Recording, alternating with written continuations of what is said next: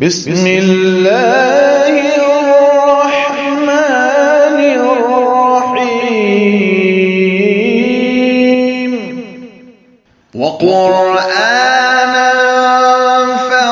फ़रक़नाहु लितक़रअहु अलन्नासि अला मुक्थिन वनज़्ज़लनाहु तंज़ीला। अस्सलामु अलैकुम वरहमतुल्लाहि वबरकातुहू। अल्हम्दुलिल्लाहि रब्बिल आलमीन वल आक़िबतु लिल मुत्तक़ीन वस्सलातु वस्सलामु अला सय्यिदिल मुरसलीन व अला आलिहि व अस्हाबिहि अजमईन। अम्मा बअद, अऊज़ु बिल्लाहि मिनश शैतानिर रजीम। बिस्मिल्लाहिर रहमानिर रहीम। या अय्युहल्लज़ीना आमनू तूबू इलल्लाहि तौबतन नसूहा। सदक़ल्लाहु मौलानाल अज़ीम। क़ाल रसूलुल्लाह सल्लल्लाहु अलैहि वसल्लम इन्नल्लाह यक़बलु तौबतल अब्दि मा लम युग़रग़िर औ कमा क़ाल रसूलुल्लाह सल्लल्लाहु अलैहि वसल्लम। सदक़ रसूलुहुन नबियुल करीम व नहनु अला ज़ालिका लमिनश शाहिदीन वश्शाकिरीन वल्हम्दुलिल्लाहि रब्बिल आलमीन। मेरे मोहतरम उलमाए किराम और मोहतरम दोस्तों और बुजुर्गों, और अगर मेरी आवाज़ जाती हो तो मेरी मोहतरम माएँ और बहनें, ये मजलिस बहुत मुबारक मजलिस है। जुमा का दिन है। हमारा असल मकसद खुतबा और नमाज है। अल्लाह ताला हमारे खुतबे को भी कबूल फरमाए, अल्लाह हमारी नमाज को भी कबूल फरमाए। और माशाअल्लाह बहुत से उलमाए किराम मौजूद है। हमारे बेटे यहाँ के इमाम साहब दामद बरकातुहू में कारी अनीस साहब है, कारी साद साहब है, हाफिज अम्मार साहब है, मौना सिराज साहब है, मौना अयूब साहब है। एक उलमाए किराम का अच्छा खासा मजमा यहाँ पर जमा है। अल्लाह ताला इन उलमा के इल्म में बरकत अता फरमाए और अल्लाह हम सबको उलमा के पीछे चलने की तौफीक अता फरमाए। इस वक्त जरूरी बात ये करना है मेरे प्यारो कि हम सब गुनहगार, साथ में कहो ना, हम सब गुनहगार हैं। गुनाह है, गुनाह है। कोई छोटा गुनाह, किसी का बड़ा गुनाह, कोई छुप के गुनाह, कोई खुल के गुनाह। मामला ये नहीं है कि हम गुनहगार हैं, मामला ये है कि हम ये समझते हैं कि मैं गुनाह करता किसी को पता नहीं चलता, क्योंकि जब मैं गुनाह करता हूँ मैं अकेला रहता हूँ या मेरा एक आध कोई दोस्त होता है, बाकी ना मेरी माँ को मालूम है, ना मेरे अब्बा को मालूम है, ना समाज को मालूम है, ना सोसाइटी को मालूम है, ना कम्युनिटी को मालूम है, किसी को नहीं मालूम कि मैं गुनाह करता। ये सबसे बड़ी नादानी है। अल्लाह तबारक व तआला फरमाते मेरे बंदे मैंने तुझे पैदा किया और जब तू गुनाह करता है, छोटा गुनाह बड़ा गुनाह, खुल के करे छुप के करे, अल्लाह फरमाता तुझे नहीं मालूम मैं 4 गवाहों को तेरे ऑपोजिट तैयार कर देता हूं। कितने गवाहों को?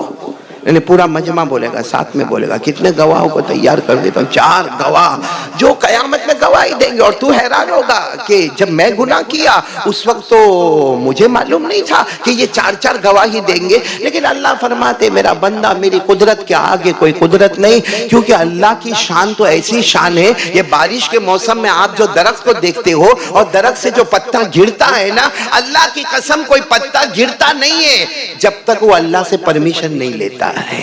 अल्लाह के हुक्म के बगैर दरख्त का एक पत्ता भी अपनी जगह से, बोलो, अल्लाह ने फरमाया वमा तस्कुतु मिन वरक़तिन इल्ला यअलमुहा वला हब्बतिन फी ज़ुलुमातिल अर्ज़ि वला रतबिन वला याबिस इल्ला फी किताबिन मुबीन। अल्लाह तबारक व तआला फरमाते अगर दरख्त से पत्ते को भी गिरना हो तो किसका हुक्म होगा? अल्लाह का। तो हम जब गुनाह करते हैं, बोलो अल्लाह कितने गवाह तैयार करते हैं? 4। एक एक सुनते जाना, फिर हकीकत पर आना कि हमको क्या करना है। सबसे पहला गवाह ये जमीन। बोलो सबसे पहला गवाह, बताओ जमीन पर ही गुनाह होगा ना? अरे बोलो जमीन पर गुनाह होगा ना भाई, बाजार में गुनाह करेगा तो भी जमीन है, घर पर गुनाह करेगा तो भी जमीन है, और मस्जिद में गुनाह करेगा। अब आप सोचोगे मस्जिद में गुनाह, हाँ अल्लाह अकबर कबीरा, मस्जिद में भी गुनाह होता है, और मस्जिद में इतने बड़े बड़े गुनाह होते हैं, अल्लाह माफ करे, माफ करे। मेरे जैसा बयान करने वाला, तकरीर करने वाला, दावत तबलीग में लगने वाला, मस्जिद में गुनाह, यहाँ तालीम हुई, यहाँ फर्ज नमाज हुई, बस जैसे तालीम मुकम्मल हो गई, फर्ज नमाज मुकम्मल हो गई, मशवरा मुकम्मल हो गया, एक दूसरे को पूछेगा ओ उसका क्या हुआ, उसकी बीवी का क्या हुआ, उसकी बेटी का क्या हुआ। क्या है मेरे प्यारों, मस्जिद में आए थे और गुनाह कर रहे, पीठ पीछे बुराई कर रहे, इसका मतलब ये हुआ कि तुम नमाज पढ़ने नहीं आए थे, जीना करने आए थे। क्योंकि हमारे आका सल्लल्लाहु अलैहि वसल्लम ने फरमाया अल-गीबतु अशद्दु मिनज़ ज़िना, गीबत करना इतना बड़ा गुनाह है कि जीना से भी वो बढ़कर गुनाह है। तो सब बताओ भाई, पहला गवाह, बात इधर उधर हो गई, पहला गवाह कौन है? जमीन। ये कयामत में अल्लाह को बताएगी, और क्या बताएगी वो मैं आपको हदीस पाक बताऊं। कयामत में ये जमीन को अल्लाह कहेगा ए बंदा आया, बता इसने कौन कौन सा गुनाह किया। वो जमीन बोलना शुरू करेगी, वो ये भी बताएगी कि कितने बजे गुनाह शुरू हुआ, कितने बजे गुनाह खत्म हुआ, कौन से दिन पर गुनाह हुआ, कौन से महीने पर गुनाह हुआ, और दिन में गुनाह हुआ कि रात में गुनाह हुआ, छुप के गुनाह हुआ कि खुल के गुनाह हुआ, वो सारी चीजें जमीन बताएगी। मेरे साथ में पढ़ो, अल्लाह ने कलाम पाक में फरमाया इज़ा ज़ुलज़िलतिल अर्दु ज़िलज़ालहा वअखरजतिल अर्दु अथक़ालहा वक़ालल इंसानु मा लहा यौमइज़िन तुहद्दिसु अख़बारहा बिअन्ना रब्बका अवहा लहा। अल्लाह तबारक व तआला फरमाते हैं कि जमीन क़यामत में बताएगी इसने कौन सा गुनाह किया, कब शुरू किया, कब खत्म किया। तो पहला गवाह कौन है? चलो दूसरा गवाह, हम गुनाह करें, ये हमारे जो कंधे हैं ना, इस पर अल्लाह ने दो फरिश्ते रखे, हमको नजर नहीं आते, बाकी हम अस्सलाम वालेकुम व रहमतुल्लाह, अस्सलाम वालेकुम व रहमतुल्लाह करते, हदीस पाक में लिखा है कि वो जवाब भी देते हैं, बोलो सुभान अल्लाह, लेकिन हमको नजर नहीं आते। इनका नाम है किरामन कातिबीन। बोलो क्या नाम है? किरामन कातिबीन। ये एक एक गुनाह छोटा हो बड़ा उसको नोट करते गए, और कयामत में ये गवाही देंगे। अल्लाह ने फरमाया व इन्ना अलैकुम लहाफिज़ीन किरामन कातिबीन यअलमून मा तफ़अलून। अल्लाह तबारक व तआला फरमाते तेरे दो कंधों पर मैंने फरिश्ते रखे, जो गुनाह करेंगे वो लिखते हैं, और इसमें कोई गलती करते। अच्छा, दो गवाह हो गए, एक जमीन और एक किरामन कातिब। तीसरा गवाह, जब हम पैदा हुए अल्लाह ने फरिश्ते को एक बड़ा रजिस्टर दिया कि पैदा होने से लेके मौत तक सब कुछ इसमें लिखना है, छोटा करे वो भी लिखना है, बड़ा गुनाह करे वो भी लिखना है, जिसको हम कहते हैं नामे आमाल। बोलो हमारा नाम है आमाल। तो एक फरिश्ता हमारे पैदा होने के साथ, जैसे मैं पैदा हुआ आप पैदा हुए, उस दिन से उसने लिखना शुरू किया, जब तक हम कब्र में नहीं जाएंगे वो लिखता रहेगा। और अल्लाह कहते हैं वो इतना मजबूत नाम है आमाल है कि कोई चीज को छोड़ता नहीं। अल्लाह ने फरमाया ला युगादिरु सगीरतन वला कबीरतन इल्ला अहसाहा व वजदू मा अमिलू हाज़िरा वला यज़लिमु रब्बुका अहदा। अल्लाह तबारक व तआला फरमाते वो फरिश्ता न कोई छोटा गुनाह छोड़ता, न कोई बड़ा गुनाह छोड़ता, मगर सब का सब नाम अमाल महफूज है। और अल्लाह फरमाते हैं मैंने तुझ पर कोई जुल्म, जुल्म नहीं होता, जो किया वही लिखा जाता है। कितने हो गए गवाह? 3 हुए भाई, कोई मेरे से भी आगे भाग रहा है। पहला गवाह जमीन, दूसरा गवाह बोलो किरामन कातिबीन, तीसरा गवाह बोलो नामे आमाल, चौथा गवाह सबसे डेंजर है। ये हमारे उलमाए किराम जानते हैं सबसे डेंजर गवाह वो क्या होगा मालूम? अल्लाह कयामत में बोलेंगे मेरा बंदा इधर इधर इधर अजनब तक कदा व कदा कदा व कदा, तूने ये गुनाह किया, ये गुनाह किया, ये गुनाह किया, ये गुनाह। अब वो देखेगा इतना बड़ा मैदान, पूरी फैमिली खड़ी हुई है, और अल्लाह तबारक व तआला पूछ रहे ये गुनाह, ये गुनाह, ये गुनाह। तो कहेगा अल्लाह मैंने गुनाह नहीं किया। क्या कहेगा? अल्लाह मैंने गुनाह, जैसे दुनिया में झूठ बोलता था, वहां भी झूठ बोलेगा, अल्लाह मेरे गुनाह। अल्लाह फिर कहेंगे मेरा बंदा तूने ये किया ये किया, कहेगा ना ना ना अल्लाह अल्लाह अल्लाह बिल्कुल बिल्कुल मैंने कोई गुनाह किया नहीं। उस वक्त अल्लाह तबारक व तआला फरिश्तों को कहेंगे इसकी जबान को लॉक कर दो, बंद कर दो, जबान बंद, बिल्कुल पैक बंद।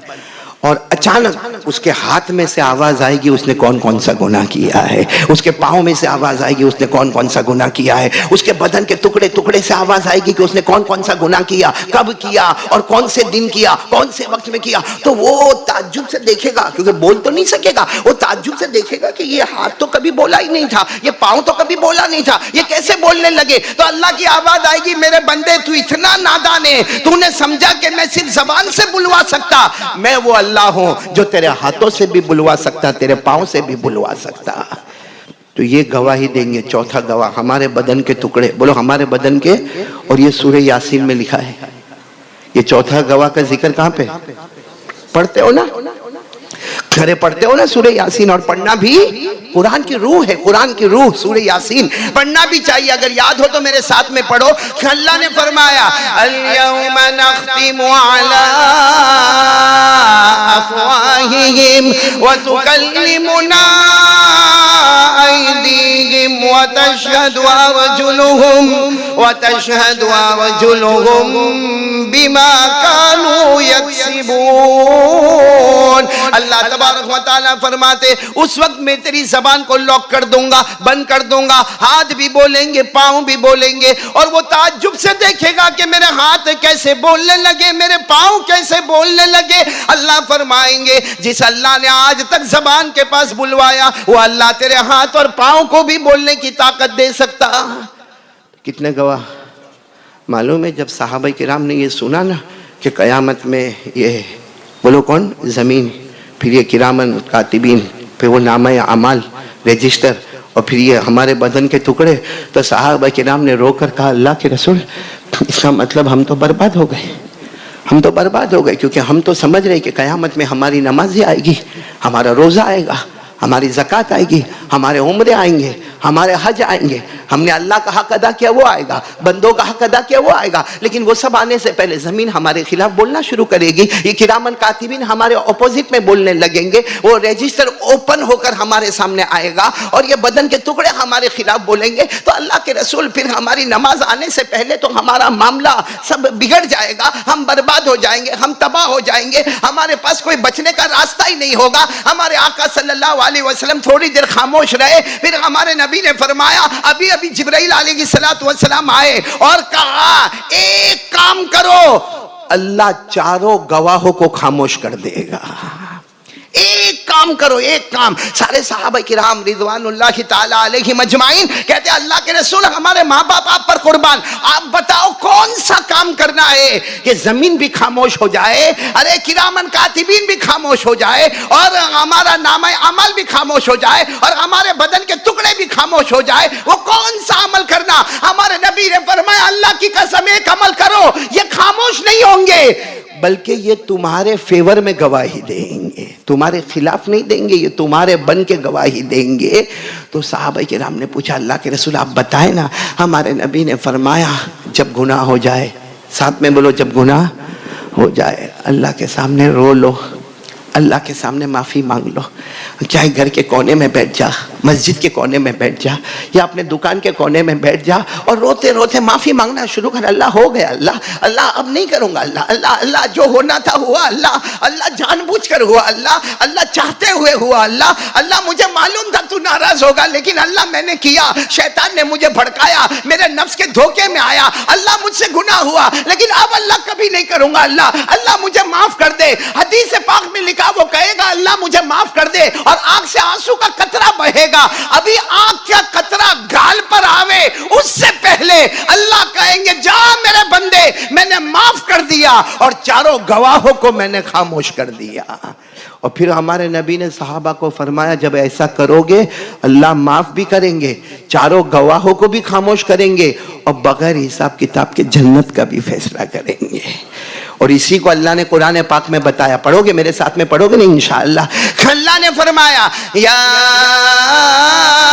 अय्युहल्लज़ीना आमनू तूबू इलल्लाहि तौबतन नसूहा असा रब्बुकुम अन युकफ्फिरा अन्कुम सय्यातिकुम व युदखिलकुम जन्नातिन तजरी मिन तहतिहल अनहार। अल्लाह फरमाते ईमान वालों सच्ची तौबा करो और फिर गुनाह हो जाए फिर तौबा करो फिर हो जाए। अगर आपने घर में एक बार गलती की, 10 बार गलती की, 20वीं मरतबा गलती की, बाप बोलेगा जा आज से तू मेरा बेटा नहीं, मैं तेरा बाप नहीं। माँ भी 30 मरतबा 40 मरतबा बस निकाह बहुत समझाया तेरे को बेटा, अब तू समझता नहीं है, जा तू तेरा कर ले, जा तू तेरा कर ले। और अल्लाह क्या फरमाते, अल्लामा रूमी फरमाते, मेरे साथ में पढ़ना फारसी जबान में, अल्लामा रूमी फरमाते अल्लाह रोज सुबह में कहते हैं बाज आ गरचे हंसती बाज आ, इधर गए माँ दर गए नौमीदी ने सद बार तौबा शिकस्ती बाज आ। अल्लाह रूमी फरमाते हमारा अल्लाह हर सुबह में कहता है आजा मेरा बंदा तौबा कर ले, मेरा बंदा तौबा कर ले। वो बंदा कहता है अल्लाह मैंने बहुत तौबा तोड़ा। अल्लाह कहते 100 बार भी तौबा तोड़ा होगा फिर भी आजा, तू जब जब आएगा तब तब मैं तेरे गुनाहों को माफ करता चला जाऊंगा। कौन कौन तैयार है आज कि आज 5 मिनट निकालेंगे पूरे दिन में? जुमा का दिन है और खास करके मगरिब से पहले 5 मिनट। और जुमा का दिन तो इतना प्यारा दिन है कि जुमा के दिन तो यानी अल्लाह दुआ कबूल करते हैं। तफसीर इब्ने कसीर में लिखा है अगले नबियों को भी ये वक्त दिया जाता था कि इस वक्त मांग लो, अल्लाह तुम्हारी कौम को बख्श देगा। बोलो सुभान अल्लाह। तो आज निकालेंगे ना। और तौबा सच्ची आदमी करे। कैसी तौबा करे? वो अपनी ये नमाज के बाद वाली तौबा नहीं। नमाज के बाद इमाम साहब आपको मालूम होगा, नमाज के बाद इमाम साहब बेचारे हाथ उठाते, पूरा मजमा हाथ उठाएगा, कोई इधर देखेगा एसी चलता है कि नहीं चलता, वो तो पंखा बराबर है कि नहीं है, उसको ये फिक्र है। और फिर मैं जब बंबई में रहता था ना, मौलाना सिराज साहब बंबई में रहता था, यहाँ तो मैंने नहीं देखा, वहां जैसे नमाज हो जावे ना कि फौरन तौबा तौबा तौबा तौबा तौबा तौबा। मेरा तो उस वक्त मेरी उम्र कम थी, वरना कहता मारना जोर का तमाचा, ऐसा क्या तौबा तौबा करता, गुनाह बड़ा किया तो तमाचा भी जोर का देता है। ये तौबा नहीं। तौबा मैं आपको बता रहा हूँ, एक बहुत बड़े अल्लाह के वली, सबने नाम सुना होगा, नहीं सुना हो तो आज सुन लो, हजरत फुजैल बिन अयाज। उलमाए किराम जानते, बोलो कौन? हजरत फुजैल, बहुत बड़े डाकू यानी डाकू, पूरा गैंगस्टर जो होता है ना, गैंग, उसके सरगना। बोलो कौन? हजरत फुजैल। और इतनी दादागिरी कि जब ये काफले को लूटा जाता था, भाई उस जमाने में बड़े बड़े काफले को लूटा जाता था, बड़े बड़े घरों पे हमला किया जाता था, तो वो सब जो घर वाले होते या काफले वाले होते ना, कहते थे हमको तुम्हारे सरदार से बात करना है। यानी किससे बात करना है? फुजैल से बात करना। तो वो जितने चेले होते थे ना, वो कहते थे ना ना ना हमसे निमट लो, उनके पास जाओगे। एक ही कायदा है, ये जो कुछ थोड़ा बहुत है ना वो भी जाएगा। अभी तुम्हारे बच्चे यतीम हो जाएंगे ना, बीवी बेवा हो जाएगी, इसलिए उनके पास जाने की जरूरत। इतना लोग घबराते थे। और अगर किसी जगह पता चल जाए कि फुजैल आ रहे हैं, बाकायदा लोग वहां से भागते थे और डर से भागते थे कि अगर कुछ बोले नहीं, इनको गुस्सा आया तो इनके यहाँ तो कत्ल के सिवा कोई मामला। एक दिन हजरत फुजैल बैठे हैं और उनके सारे साथी बैठे हैं और चोरी का माल रखा हुआ है, और एक औरत नाच रही है, एक औरत गाना गा रही है, और सब नाचने में और गाने में मस्त है। जैसा आपने देखा होगा, और सब नाचने गाने में मस्त है। मालूम नहीं कोई कहीं से कुरान पढ़ रहा है और हजरत फुजैल के कान में यह आयत करीमा आ रही है। काश ये आयत करीमा हमको भी असर करने वाली बन जावे। वो आयत कोई कुरान पाक पढ़ रहा और हजरत फुजैल के कान में यह आयत करीमा आई और अल्लाह ने हिदायत का वक्त खोला। कौन सी आयत करीमा? अलम यानि लिल्लज़ीना आमनू अन तख़शा कुलूबुहुम लिज़िक्रिल्लाह वमा नज़ल मिनल हक़। ये आयत करीमा आई जिसका तर्जुमा अगर मैं करने जाऊंगा तो लंबा है। आसान तर्जुमा ये है, कब सुधरोगे? आसान तर्जुमा क्या है? कब सुधरोगे? इतनी उम्र हो गई, 40 साल उम्र हो गई, हाँ, बच्चे हो गए, बाप बन गया, अब कब सुधरेगा? चलो ठीक है, पहले 10 साल का था, 12 साल का था, 15 साल का था, मासूम था, अब कब सुधरेगा? ये आयत करीमा का तर्जुमा कब? बस हजरत फुज़ैल के कान में ये आयत आई, बार बार टकराई, कहा रुक जाओ, सब रुक जाओ। वो नाचने वाली गाने वालियों को भेजा, अपने सारे साथियों को जमा किया, कहा अब बस हो गया। अल्लाह पूछता है कब सुधरोगे? मैं अल्लाह को कहता हूं मैं अभी सुधरता हूं, मैं अभी तौबा करता हूं। बस तो सारे साथियों ने कहा सरदार आप तौबा करें तो हम भी तौबा करने को तैयार हैं। सबने तौबा की। फिर हजरत फुज़ैल ने ऐलान किया जिसके पास से मैंने माल लूटा, जिसका माल लिया, क्योंकि फुज़ैल के पास बहुत दौलत थी, कितनी तो लंबी जमीनें थी, जायदाद थी, प्रॉपर्टी थी, दीनार थे, दिरहम थे, खूब पैसा था, लूट का पैसा था, डकैती का पैसा था, चोरी का पैसा था। कहा मैं ऐलान करता हूं जिसके पास से मैंने माल लिया लूटा हो आ जाए और मुझसे डरे नहीं, मैं अल्लाह की कसम खाता मैं उसको गाली भी नहीं दूंगा, आए और मुझ पर एहसान करे और अपना माल लेकर जाए। बहुत दूसरे दिन तो जो लाइन लगी, कुछ लोग तो फिर भी घबराते थे कि जाके कुछ बोलेंगे, तो कहते थे नहीं अब कुछ नहीं बोलेंगे, अब जो बोलेंगे तो वो बोलेंगे जो अल्लाह रसूल की बात होगी वो बोलेंगे, बाकी दूसरी। सब माल खत्म हो गया, बोलो सब माल, और अल्हम्दुलिल्लाह सबने अपना माल ले लिया। बाद में एक यहूदी आया, आकर कहा मेरा बाकी है। तो हज़रत फुज़ैल ने रोते रोते कहा माल खत्म हो गया, तू कह दे कितना बाकी है, मैं कमाऊंगा, हलाल रोजी कमाऊंगा और उसके बाद मैं तुझे माल दूंगा। कहा लेकिन तेरा बाकी क्या है? तो उसने कहा तुमको तो मालूम है मेरा बाग है, मेरा बाग है और तुम उस बाग में जाते थे। फुज़ैल को कह रहे तुम उस बाग में जाते थे, तुम्हारे दोस्तों को लेकर जाते थे और मेरे बाग में फल पके होते थे, तुम भी खाते थे, दोस्तों को भी खिलाते थे और मैं कोने में बैठ के डरता रहता था और तुम सब मिलकर हंसते थे और मैं कोने में बैठ के डरता था। मुझे डर था कि अगर मैं जाऊंगा तो ये फल को नहीं काटेंगे, सीधा मेरा गला ही काट देंगे, इसलिए मैं तो डर के मारे कभी आपके सामने कुछ बोला ही नहीं, आपसे बहुत डरता था। लेकिन आज जब आपने कहा तो मैं खुलकर कहता हूं कि आपने मेरे बहुत सारे फल खाए हैं, आपके दोस्तों ने भी फल खाए। हज़रत फुज़ैल ने कहा हाँ मैं जानता हूं, मैं इकरार करता हूं कि मैं वो बाग में गया और मैंने पार्टी बनाई और मैंने बहुत से फल खाए। अब तू सिर्फ कीमत बता। इस वक्त अब मेरे पास कुछ नहीं, मैं बहुत गरीब हो गया हूं, लेकिन मैं खून पसीने की कमाई एक करूंगा और तुझे तेरा एक एक पैसा पहुंचाऊंगा। तो यहूदी ने कहा ना, जो खाया है ना वो चाहिए, जो पेट में चला गया। हज़रत फुज़ैल रोए, ऐसा क्यों करता, माफ कर देना, क्योंकि पेट में जाने वाला फल तो वापस आएगा नहीं, पेट में जाने वाला फल तो वापस आएगा नहीं, मैं वो तो तुझे नहीं दे सकता, लेकिन वो फल की कीमत तो चुका सकता है, जो कीमत उसका डबल कर दे मैं चुकाऊंगा। तो उसने कहा नहीं, अगर नहीं चुकाना है तो कोई बात नहीं, मैं जाता हूँ।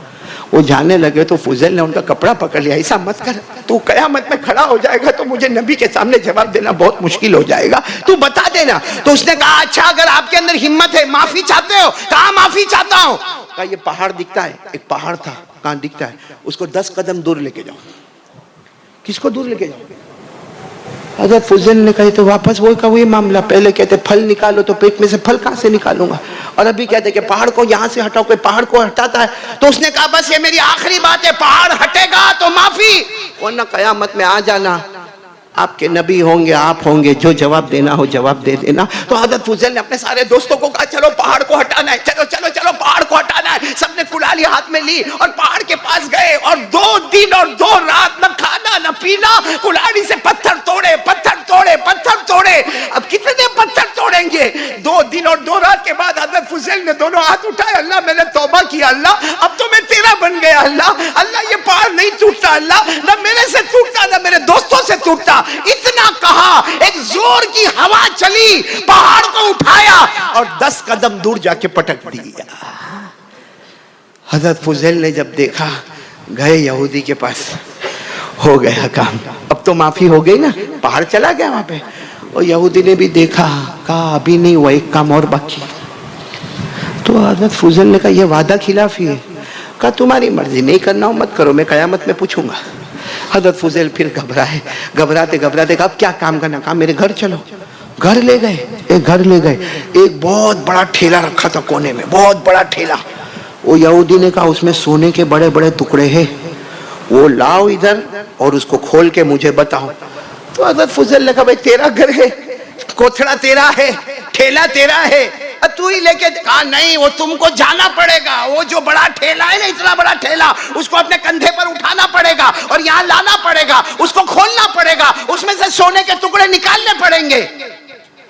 हज़रत फुज़ैल कहते हैं मैंने दिल में सोचा अगर ये वो जमाने में आया होता मालूम नहीं इसका क्या हाल किया होता, अगर ये वो जमाने में आया होता तो शायद ये बचा नहीं होता। लेकिन हज़रत फुज़ैल कहते मैं रोते रोते गया और पूरे ठेले को उठाया, ठेले को उठा के अपने कंधे पे रखा और लाकर वो यहूदी के पांव पर रखा। उसने कहा खोलो इसमें सोने के टुकड़े।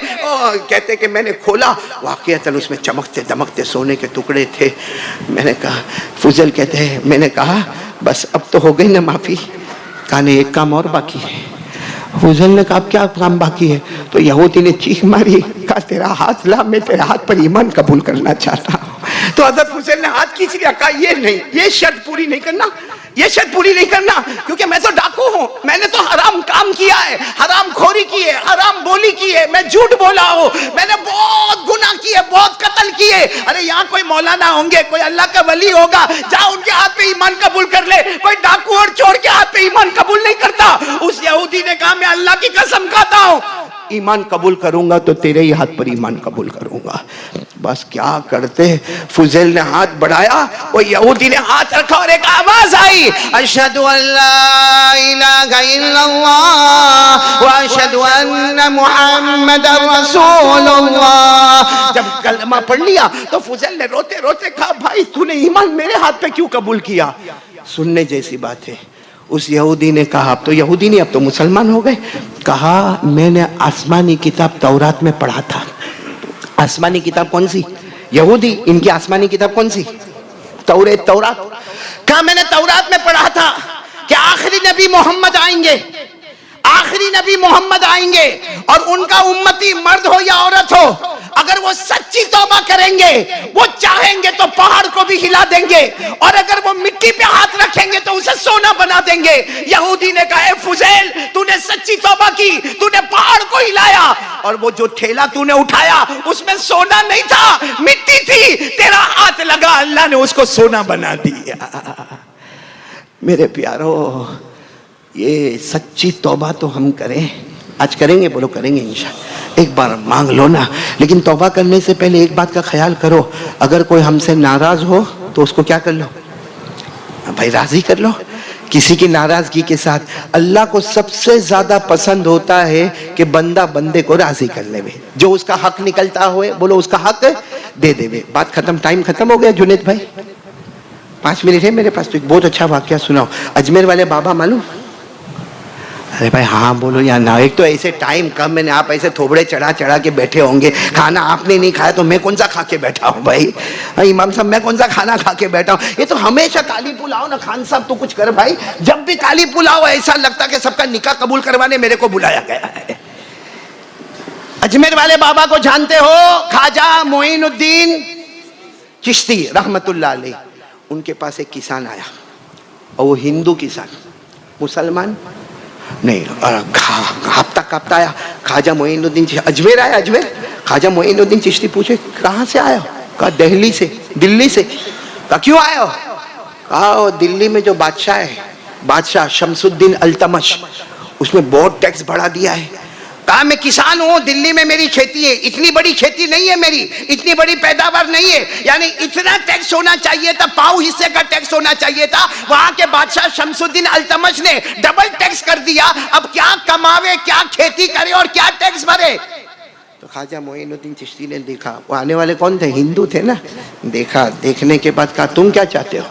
तो कहा बस मैं चाहता हूँ, मुझे मालूम है आप पीर हो और वो मुरीद है। कौन मुरीद है? और पीर शेख का मकाम तो शेख का मकाम होता है, वो सिर्फ एक लेटर, आप सिर्फ एक लेटर लिख दो, वो बादशाह मान जाएगा। ख्वाजा मोइनुद्दीन चिश्ती ने कहा बैठो, बादशाह मान जाएगा, वो बात की बात है। अंदर गए, अपना झोला तैयार किए, कहा चलो मैं तुम्हारे साथ दिल्ली आता हूँ। मैं तो वो घबराया, क्या आप आएंगे दिल्ली? इतने बड़े पीराने पीर, इतने बड़े अल्लाह के वली। कहा मैं तेरे साथ में दिल्ली आऊंगा। अच्छा, वहां दिल्ली खबर मिली कि ख्वाजा मोइनुद्दीन चिश्ती अजमेर से निकल गए। वो मोबाइल का जमाना नहीं था, लेकिन वहां अल्लाह खबर पहुंचाता था कि मेरा वली आ रहे हैं। अब पूरा दिल्ली जमा है कि ख्वाजा मोइनुद्दीन चिश्ती, ख्वाजा गरीब नवाज, अजमेर वाले बाबा दिल्ली आ रहे, दिल्ली आ रहे। बादशाह को पता चला, बादशाह तो मुरीद था। बादशाह कौन?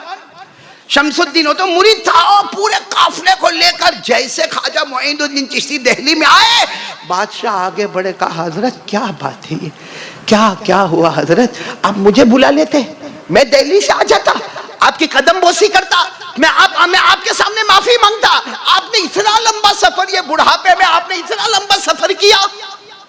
तो ख्वाजा मोइनुद्दीन चिश्ती ने फरमाया, ये किसान है, इसका टैक्स आपने ज्यादा लगाया है, इसका टैक्स। सबके बीच में शमसुद्दीन ने फौरन देखा, कहा गलती हो गई।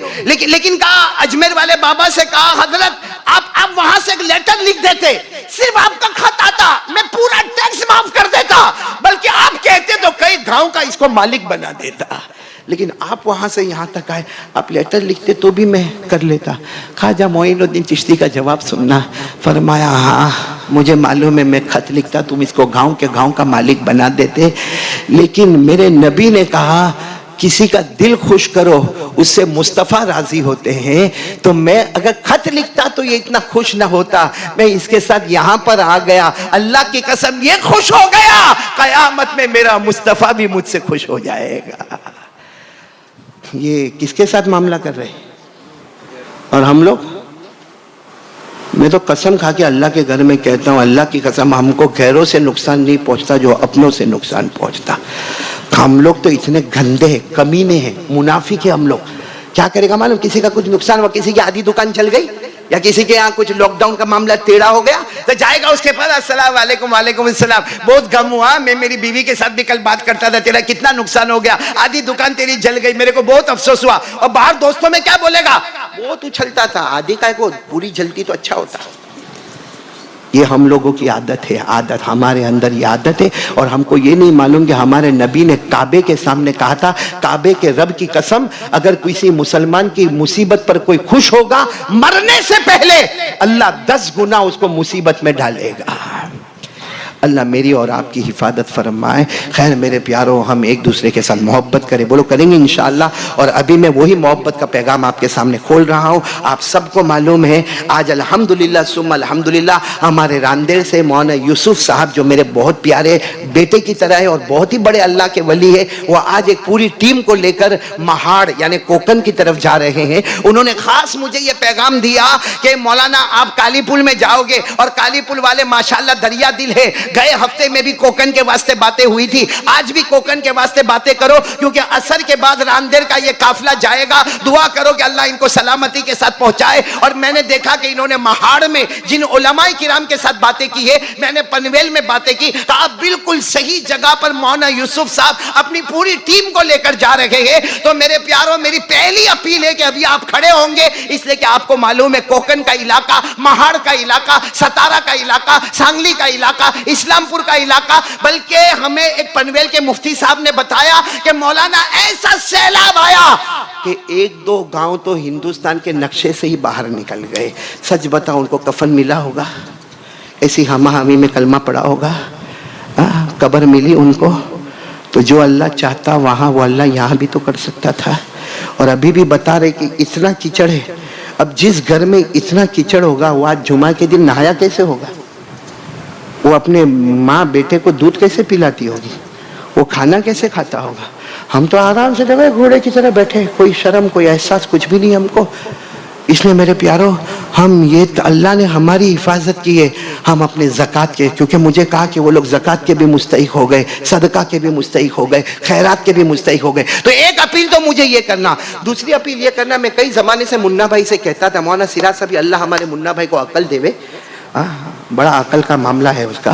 ये एसी चलते हैं, खान साहब बड़े जोरदार माशाल्लाह दम दमादम एसी चलते हैं, लेकिन ये कोई भी मस्जिद में आप जाओ, एसी के लिए ऐसे दरवाजे नहीं लगते। देखो देखो पीछे मुड़ के देखो, ऐसे दरवाजे लगते।